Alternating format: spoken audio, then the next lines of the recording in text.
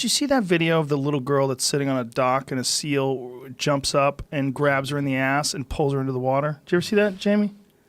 Yeah, and I didn't think that seals ever did something like that before. I don't know.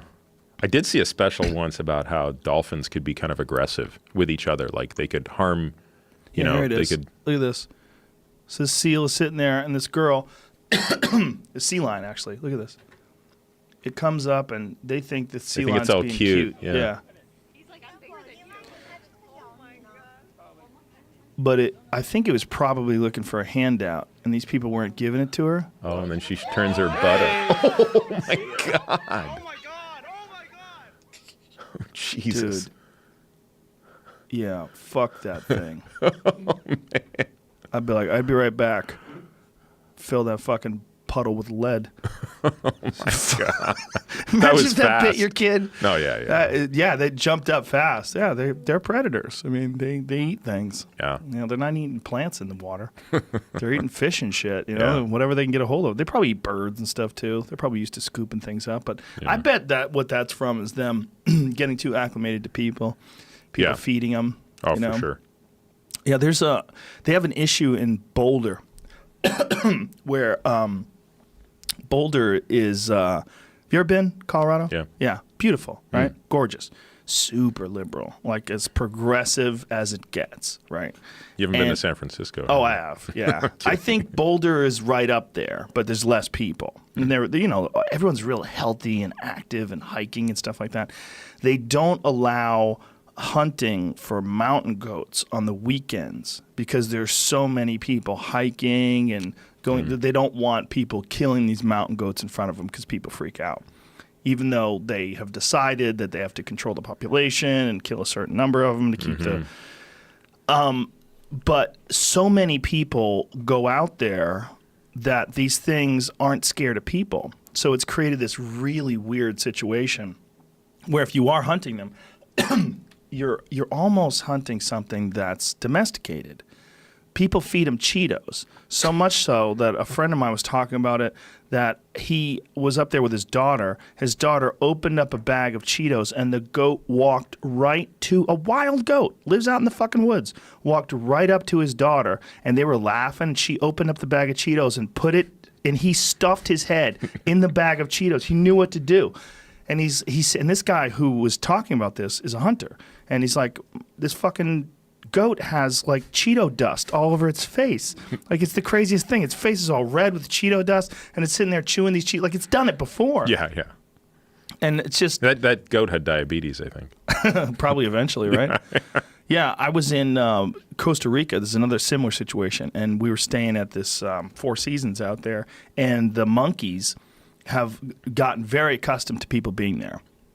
And so they come by and they hang out and they're like trying to get things from you. And my daughter opened up a package of Oreos, and the monkey just jumped onto this little ledge like a couple feet away from her. And my wife was like, I really don't think it's a good idea that we feed this thing Oreos. And I said, well, it's probably going to get eaten by a fucking crocodile anyway. I mean, it's going to, are we poisoning it? Is that what you're thinking? I mean, it's not going to eat this every day. It's not going to be a normal part of its diet. But we hand the monkey an Oreo. It pops open the Oreo and starts chewing on the frosting like a little kid. And then we're like, oh, this little fucker probably gets these things every week. Right. So it begs the question. Does he know how to do that because he's watched some human do it, or are we innately wired to do that with Oreos? Ooh. I think he knows how to do it because someone's given him Oreos so many times that he knows that's the good stuff. The good stuff's the middle. They should just sell that in a paste. Oh, I don't know. I think the middle's only good because you can contrast it with it comes back to the contrast thing. Exactly. Yeah. I think you're right. I think you're really right. I think if it was just pure middle, it'd be pretty gross. Yeah, if they probably sold pure middle, nobody would buy it. But if they sold those black cookies by themselves, no one would buy those fucking gross things either. No. Like shitty ass tea biscuits. They're the worst cookies. Like those once you eat the white stuff, you're like, all right, I'll eat this stupid ass black cookie. It's the sunk cost. It's like a coal cookie. Here it is. Here's a little monkey doing it. Look, they grab it from you and they just fucking love Oreo. Look at him open it up immediately. Open it up and start chewing that white stuff. I love it. Yeah. Crazy. We had there's a thing that is called Coatamundi. Have you ever heard of those? It's related to the raccoon. It's this weird animal that lives mostly in Central and South America, and it has a northern range that extends into Arizona, all the way up into Mesa, I think. Like it gets into the areas where it gets cold. But Arizona, I think, is the only state in the U.S. that has it.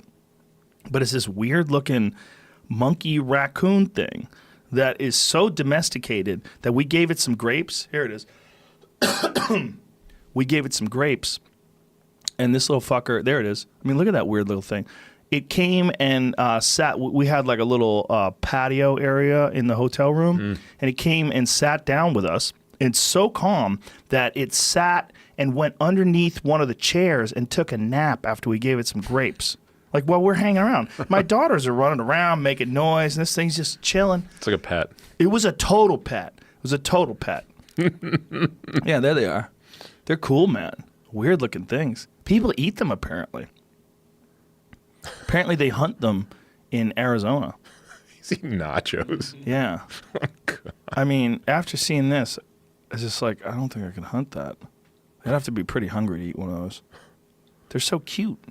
A little face. Weird little animal, man.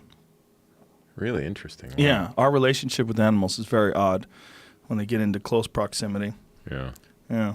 We've got a wicked coyote problem in San Diego, and at least in the part I live in. And, you know, it's just one of those things. Once we got rid of mountain lions, because nobody wants mountain lions around, the coyotes run amok. Is that what it is? I was talking to a friend of mine about this the other day, actually, and he was saying that there's probably only, like in our neighborhood, there's probably only like 2 mountain lions left. And the coyotes they've exploded.